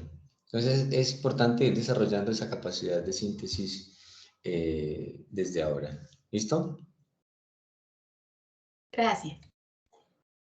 Bueno, me gustaría que dos o tres de ustedes me dijeran qué se llevan hoy, qué piensan del espacio, cómo se han sentido, bueno, en fin. ¿Quién se anima? Sobre las actividades. Pregunta. Sí, profe. Aquí Adelante. revisando tareas, que se está hablando de la actividad número 2 también, que ya está disponible. Dice que la fecha de entrega es el 21 de marzo, o sea que hay plazo hasta el 21 para montar la actividad. Sí. Ah, bueno. Y tengo otra pregunta de la sustentación. La sustentación se va a hacer, pues separamos la fecha, la hora, como usted dice, una de las 2 fechas. Y hacemos la presentación. ¿En qué método hacemos la presentación? Porque yo ingresé más tardecito porque estaba por fuera en una gestión médica, entonces conecté más tardecito. Va a subir la grabación del encuentro sincrónico para yo mejor colocarme al día de lo que hablaron al principio mientras yo no estuve. Ah, sí, claro. Sí, se sube yo subo la grabación. Lo otro es que... La presentación para la sustentación. Sí, no, es decir, un PowerPoint, esos recursos que hay ahora, sí. El punto es que sean Sean muy concretos, recuerde que se nos vayan 10 minutos y que nos dé 5 como para que nos retroalimentemos. ¿Listo? Bueno, y en cuanto a solo el rato, pues el espacio que estuve y lo que estuve escuchando, sobre todo lo que la asignatura y lo que tiene que ver la epistemología, pues si uno sale como de dudas, se quedan dudas. O sea, dice, hay que dudar.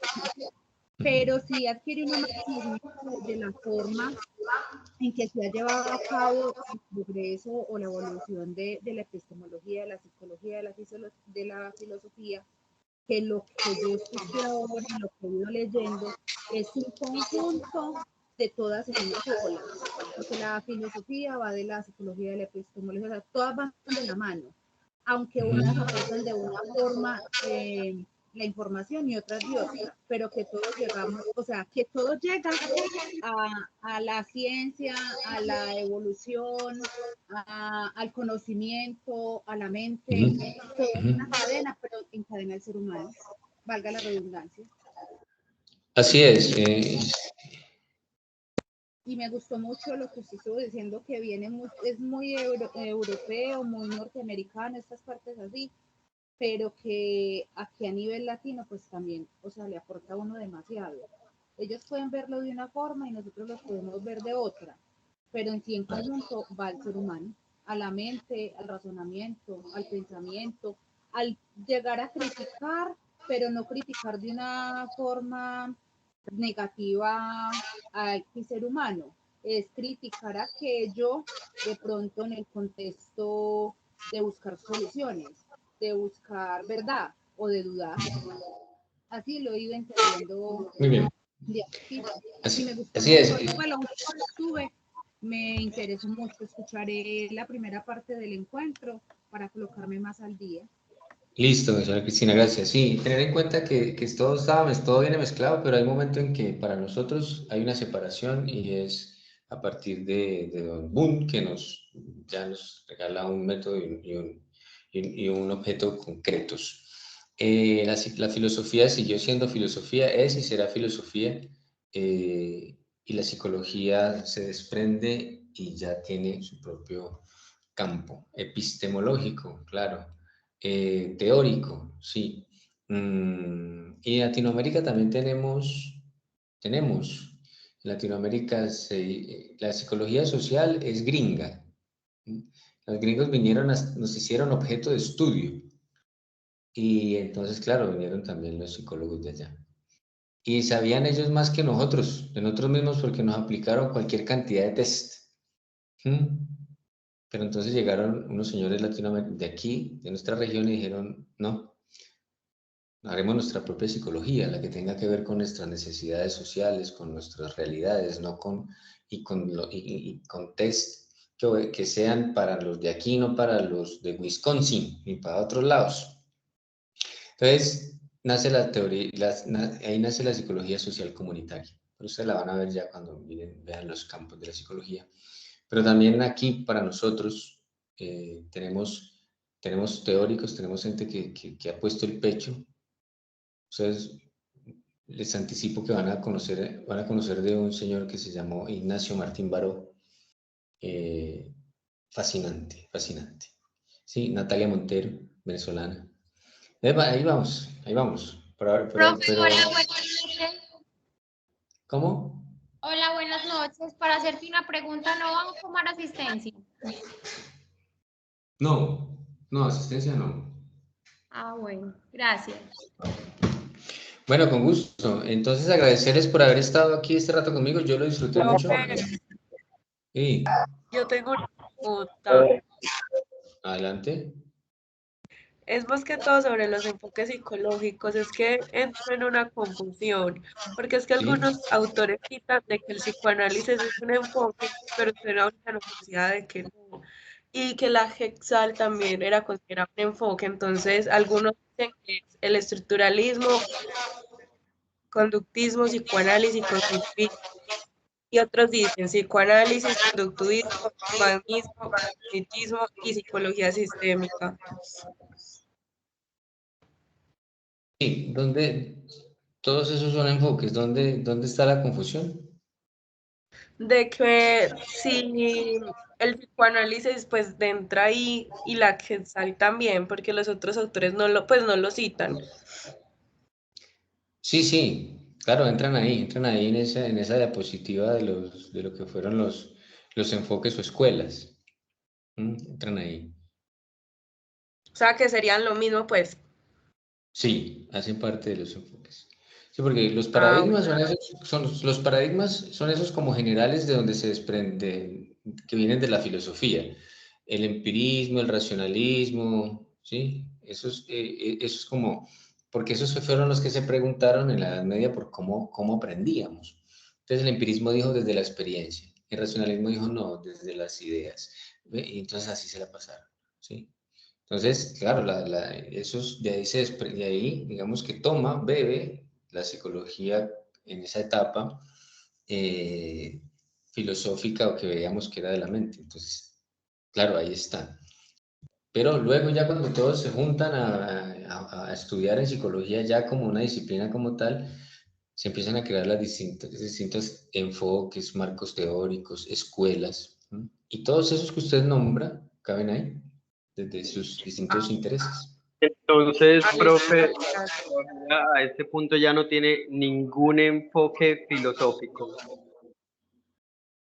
No, digamos que quedan vigentes, digamos, algunas cuestiones que se confirmaron, como por ejemplo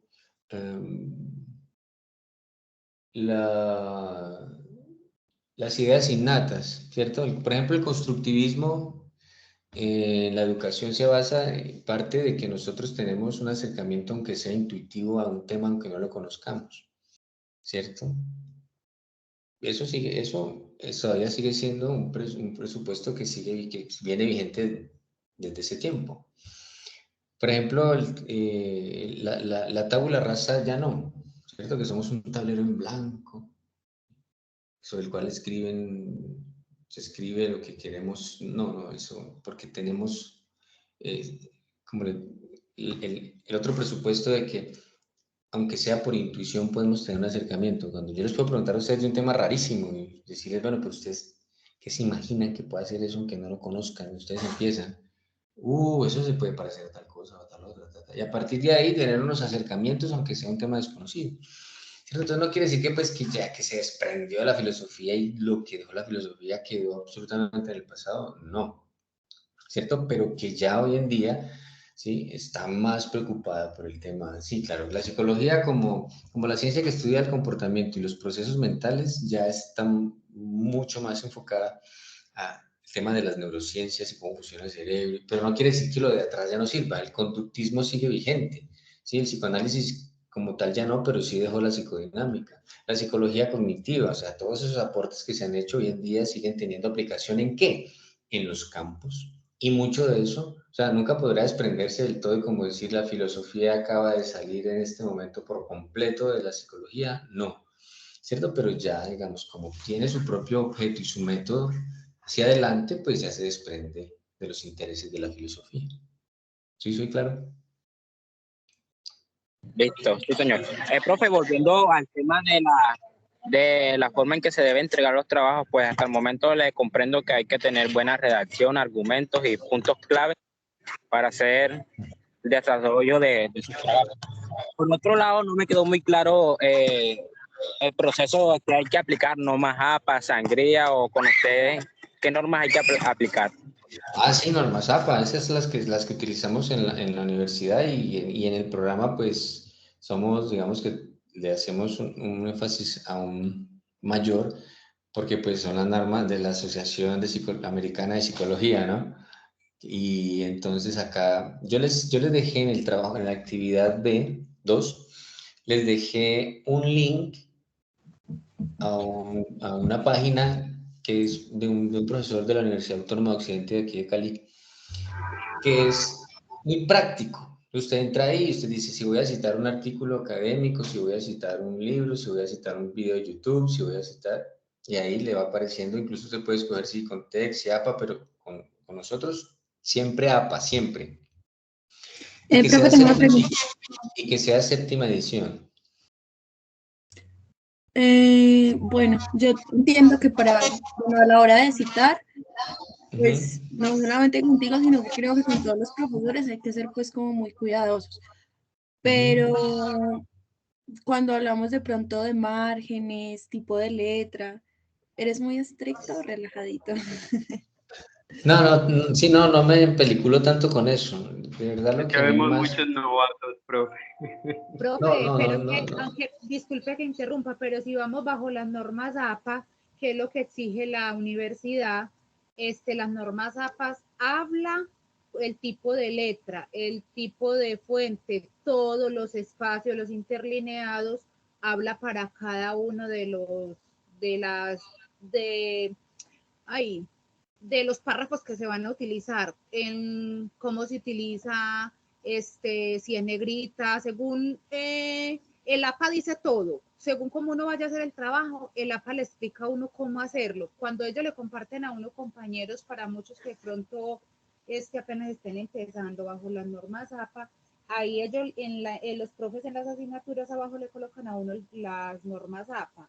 Y uno por ese contexto se guía para realizar cada uno de los trabajos, cómo se hace la bibliografía, la referencia, o sea, todo. Las normas APA le dicen a uno cómo presentar los trabajos. Yo se les comparto esta partecita porque yo lo hice, para mi conocimiento nuevo fue el año pasado en el primer trimestre cuando yo lo hice. Yo tampoco tenía conocimiento de las APAs. Cuando los docentes del trimestre pasado me compartieron lo de los formatos APA, ellos ahí, ese formato le explica a uno cómo realizar cada trabajo. Listo. Y qué se necesita. Listo, gracias. Lo que comentó la compañera, usted es muy exigente en cuanto a el uso de las normas APA, pues para tenerlo muy en cuenta, porque se sabe que también es importante en la redacción de un trabajo. Sí, eso es lo que quiero responder.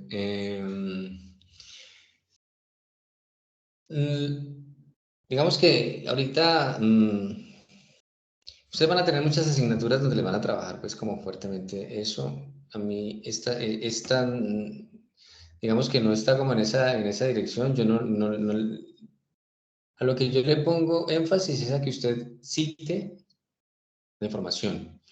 O sea, si es algo que no es suyo, que usted lo está trayendo de otro autor, verifique cómo se cita. ¿Cómo se hace una cita? Si es corta, si es larga, ¿sí? Verifique la parte de referencias. No pueden haber links abajo pegados sueltos como si nada.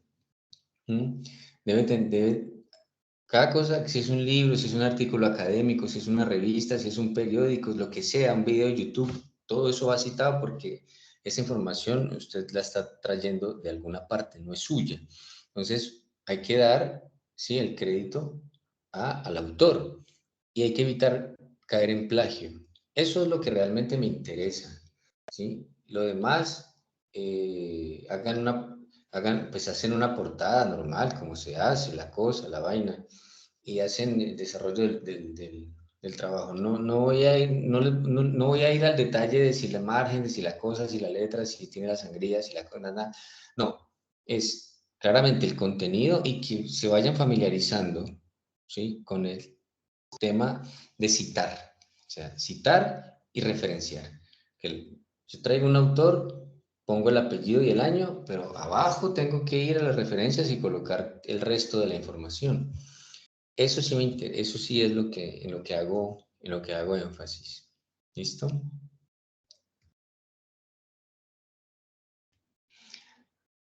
Para que sufran con la ZAPA tienen las otras asignaturas. Listo. Bueno, no siendo más, entonces... Muchísimas gracias. Profe, muchas gracias. Que tenga buena noche. Igualmente, a ustedes gracias. Que descansen. Gracias, profe. Buenas noches. Gracias, que descansen. Les voy a pedir un favor. Es que como esta es mi primera clase, yo quiero tener el recuerdo y les pediría el favor que activen las cámaras para yo tomar un pantallazo, sí, por favor.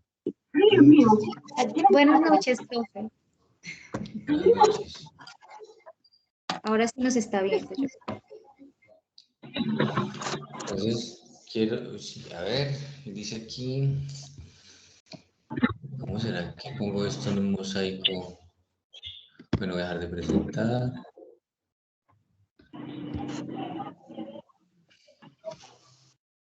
De galería grande, galería. Voy a coger y a mostrar. Deja que lo pongo. Profe, deja de compartir pantalla. Todavía Ya, estamos ya. viendo tu pantalla. Ya dejé de compartir. Sí, ya. Pero como, ya los estoy viendo, ya los estoy viendo, María. Ay, qué bien, qué bien. Qué bueno, Dolly. María. ¿Ah? Ya no le está hablando a la pantalla, profe. Eso. Ya se siente. Qué bueno.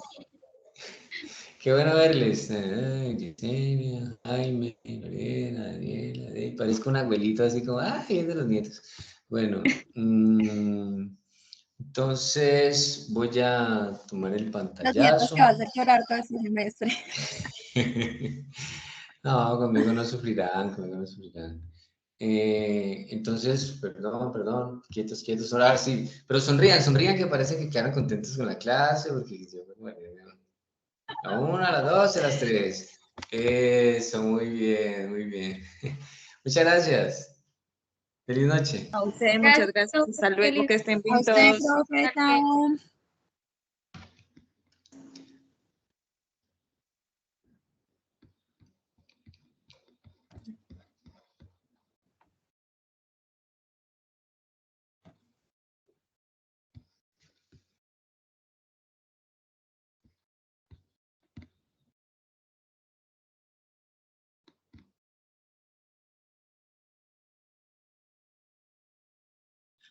Profe, qué pena. Hubo una cosita como que me quedó como en duda, no te entendí muy bien. La sustentación hay que hacer como una presentación para realizarla.